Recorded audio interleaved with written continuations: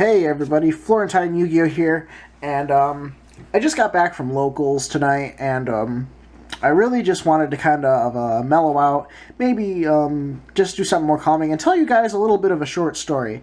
So I've got this little storybook here, and who am I kidding? I can't keep up the suspense any longer, because check this out. You guys asked for it, you guys got it. This is the Pegasus Fantasy Cards Structure Deck Grand Prix Legend Fairy Tale.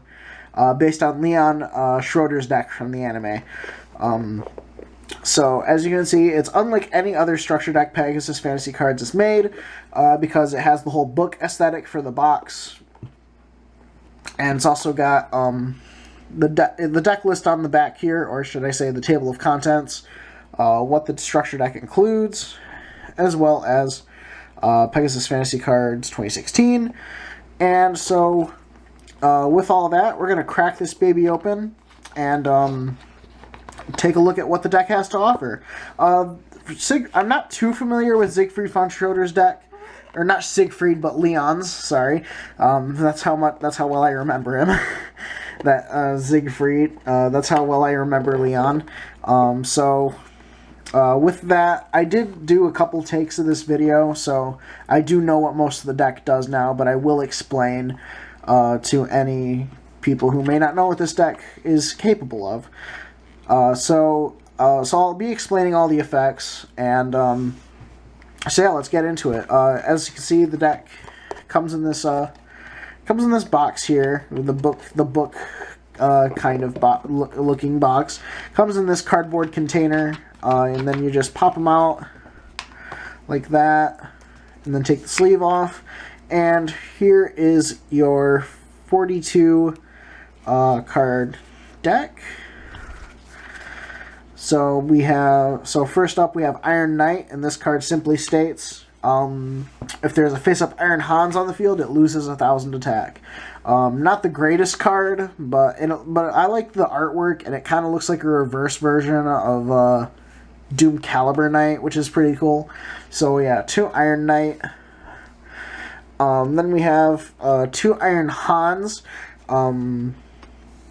What this guy does is when he is normal, I think when he's summoned at all, you special summon 1 Iron Knight from your deck. So he's a good recruiter, and they're both level 4, so keep that in mind with the special twist that PFC gave to this deck. I'll get to that in the last few cards.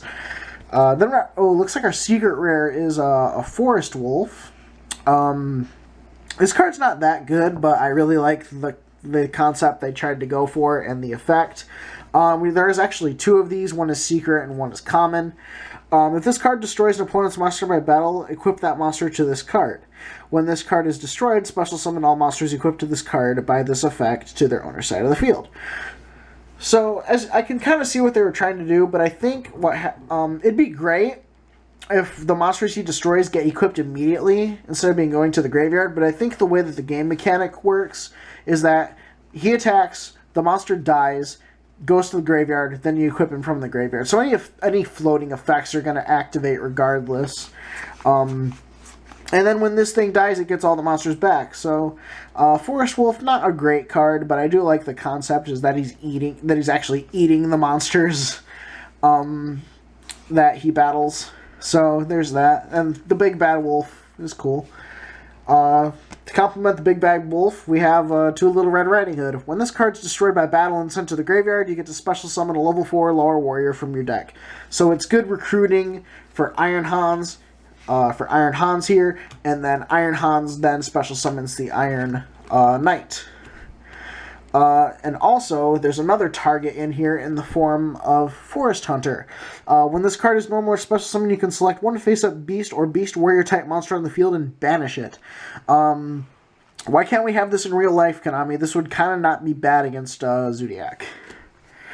Just saying. Alright. Next up, we have 2 Cinderella. When this card is summoned, you can special summon a pumpkin carriage from your hand deck or graveyard, and then you activate 1 glass slippers from your hand deck or graveyard. So on summon, this thing recruits 2 cards, so it's pretty good. And then, when a glass slipper is equipped to another monster is equipped to this card gains 1,000 attack. So I know that sounds kind of weird, But you'll see what Glass Slipper does. It actually swaps targets from Cinderella to a monster on your opponent's side of the field, and then it swaps back to Cinderella when that monster dies. So, you can kind of see the thing they're going for with Cinderella. She keeps powering up every time Glass Slippers comes back to her. So that's Cinderella for you. Next up we have the Pumpkin Carriage, which simply states that Cinderella can attack directly while this card's on the field. Pretty good when you can get Cinderella up to a lot of attack. So we have the 2 Pumpkin Carriage and the 2 Cinderella. Next up we play 1 Hextrude. This card's actually kind of mediocre. It's a 2 tribute monster, and if this card destroys an opponent's monster by battle, it gains 400 attack.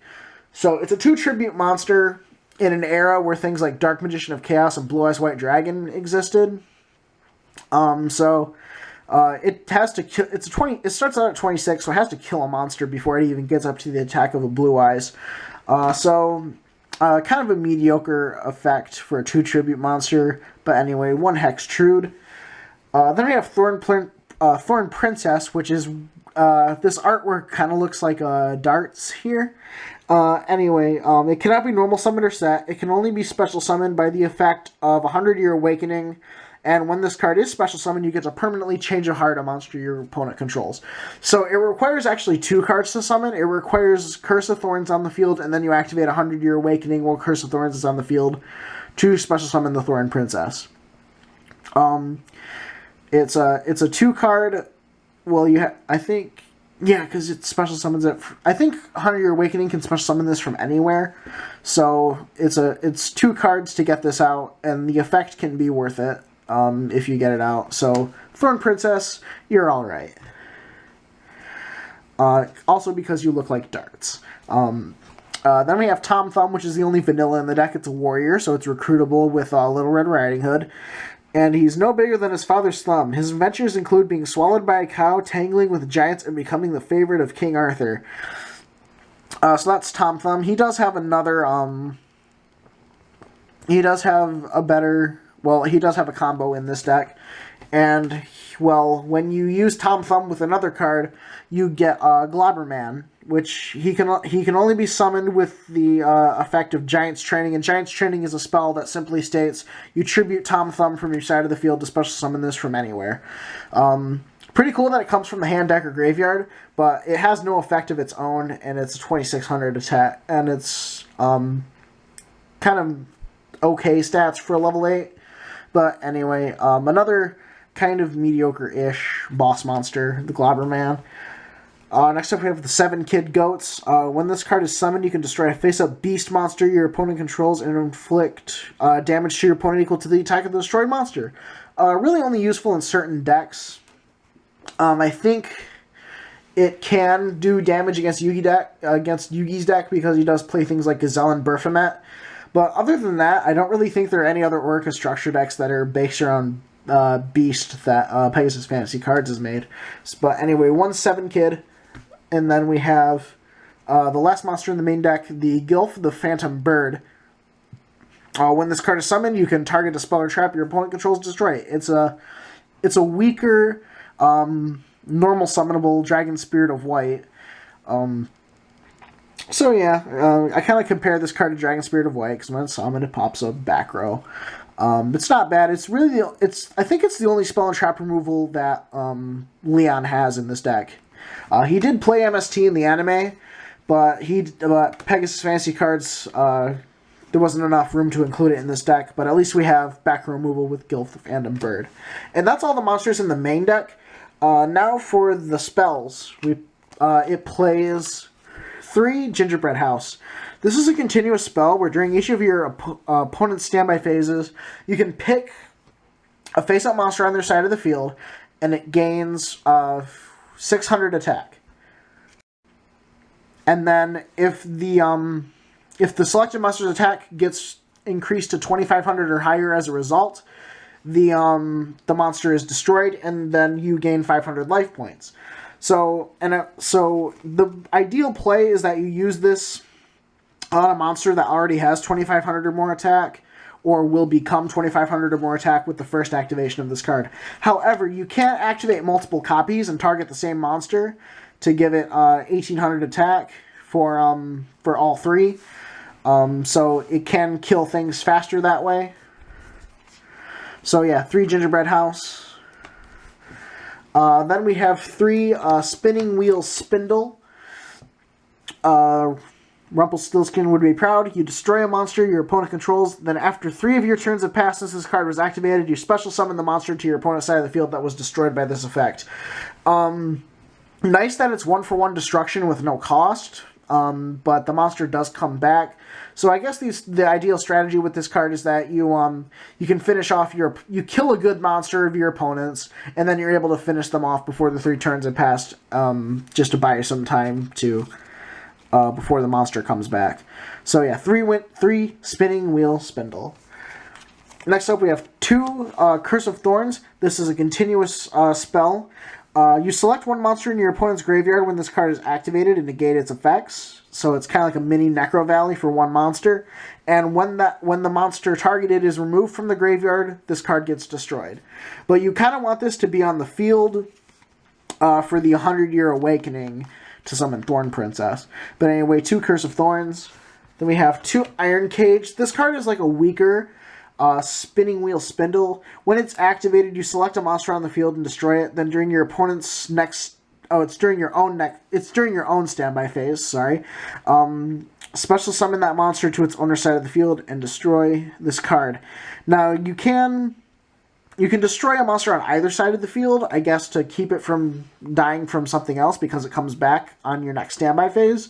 But you're usually just going to use this to get an opponent's monster out of the way for a turn and attack. So, 2 Iron Cage. Next up we have 2 Glass Slippers. This card can only initially be equipped to Cinderella.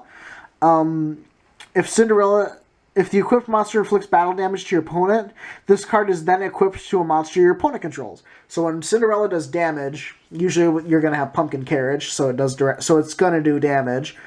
Then this card swaps targets to a monster on your opponent's side of the field. That monster cannot attack Cinderella, and it has its attack decreased by 1,000. When the equipped monster is destroyed, this card is then equipped back to Cinderella, and its attack increases by another 1,000.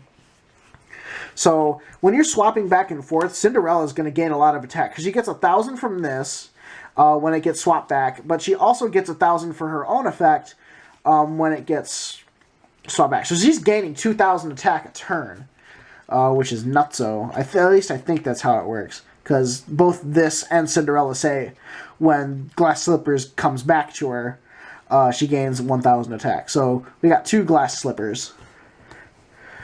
Next up, the most busted card in the deck. Probably one of the most busted field spells ever conceived. This is the Golden Castle of Stromberg. And the only reason I know about this card already is because a lot of people on Yu-Gi-Oh! Pro have been playing deck-out decks with this card in the anime section.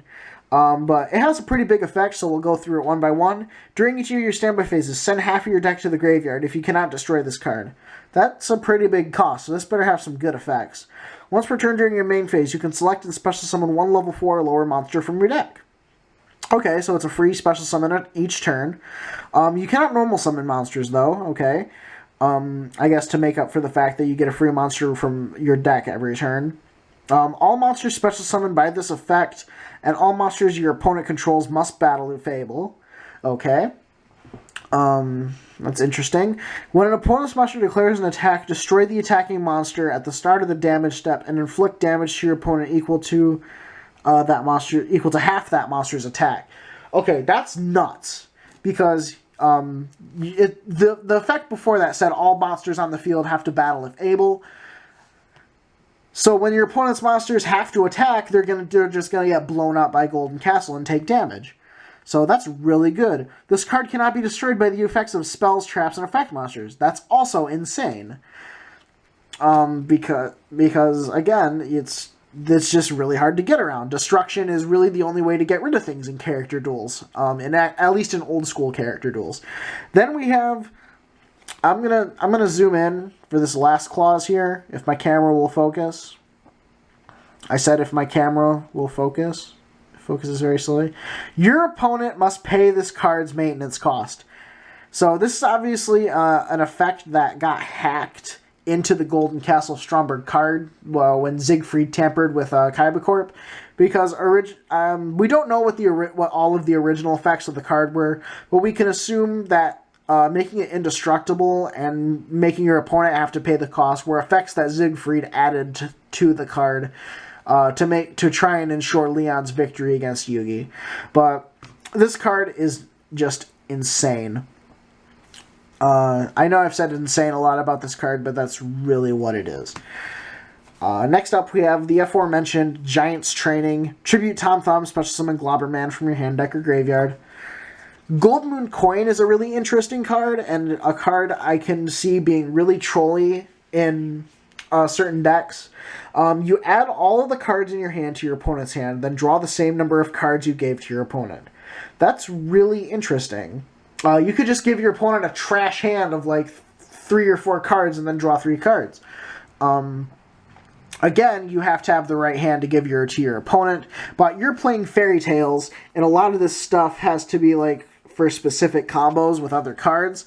So you're going to be giving your opponent a bunch of cards they can't really work with to draw some extra cards. So 1 Gold Moon Coin, it's a very interesting card, and I like it. Then we have 1 Water of Life. You may recognize, this is our super rare, and you may recognize this from the Orichalcos Challenge, because I play one of this in the Orichalcos deck. You select a monster in your graveyard, special summon it, and face up attack position. It's very nice. It's a discount monster reborn, but it's still good. You notice that Leon has a lot of special summoning from the deck, and a lot of special summon, and a couple cards that special summon from the graveyard. Because not only does he have Water of Life, which is discount Monster Reborn, but he also has Monster Reborn. Special summon, you all know what this does. Special summon a monster from either player's graveyard to your side of the field. Enough said about that. Then we have the 100-Year Awakening, which I mentioned before about Thorn Princess. You send a face-up Curse of Thorns you control to the graveyard to special summon Thorn Princess from your hand, deck, or graveyard. And then Thorn Princess effect kicks in, you steal a monster on your opponent's side of the field. Last 2 cards in the deck are 2 of the anime version of Negate Attack. It does the exact same thing as it does in the real version, but it's a quick play spell for some reason. Yeah, a lot of things were really weird in the show, like Negate Attack and Call of the Haunted being spells. I actually prefer Negate Attack as a counter trap. So yeah, Negate Attack is a quick play spell. Really interesting. I don't know why, because you can't quick play it from your hand during your opponent's turn, so there's really no point. But yeah, 2 Negate Attack for stalling, I guess. Now that is the 40-card deck. There actually are no traps in the deck, but what Pegasus Fantasy Cards did is really interesting, and he actually created 2 Xyz monsters. One is our ultra rare of the deck, but 2 Xyz monsters for this deck. And these Xyz monsters are actually very powerful. First up, we have Fairy Godmother Trixie, which is 2 level 4 fairy-type monsters. So I think the only level 4 fairy in the deck is Cinderella, so you have to overlay 2 Cinderellas to make her. When she's Xyz summoned, you can special summon as many copies of Cinderella, Little Red Riding Hood, or Hextrude from your deck as possible. Monsters summoned by this effect are destroyed during the end phase. So it recruits a ton of monsters. So if you manage to get 2 Cinderellas on the field, you're recruiting your big monster for free, as well as 2 Little Red Riding Hood, which I believe is Little Red Riding Hood. Yeah, Little Red Riding Hood has to be destroyed by battle, so it won't get its effect. But you're still deck thinning by 3 cards, which is really nice. So yeah, 1 Fairy Godmother Trixie as the one of the Xyzes. And then the other Xyz, which you'll probably be going into more often, is the Wicked Witch Jinx. It is 2 level 4 iron monsters. So you have your Iron Hans, which summons your Iron Knight, which is the instant rank 4 play for Wicked Witch. And then its effect is when this card is Xyz summoned, you can special summon up to 2 monsters from your graveyard. That is really freaking good. Then this card cannot be destroyed as long as a face-up warrior-type monster is on my side of the field. And it's 2550 attack. So it can crash with Ophion if it really needs to. But yeah, that's Wicked Witch Jinx and the last monster of the Stucture deck. So this is going to be really interesting to see go up against Yugi's, the Orichalcos Yugi deck, because I don't have the other Yugi deck yet. But that's probably going to be the next Stucture deck duel I do, is going to be the Orichalcos Yugi versus Leon Schroeder. But Leon Schroeder has these tricks up his sleeve, as well as some other nice cards, a lot of, including this thing, which I don't know. If he draws it, he basically wins the game at that point. But yeah, that's the Leon Schroeder deck. I know a few of you have requested it, so here it is. I thank you all for watching. Don't forget to like, comment, and subscribe if you're new. This has been Florentine Yu-Gi-Oh! With the Grand Prix Legends Leon Schroeder Stucture deck from Pegasus Fantasy Cards. I'm going to be including links to Pegasus Fantasy Cards' websites in the description, so maybe you can buy something nice for yourself if you want. But anyway, like I said, with all that out of the way, Florentine Yu-Gi-Oh! Signing out for tonight. See you all next time. Goodbye.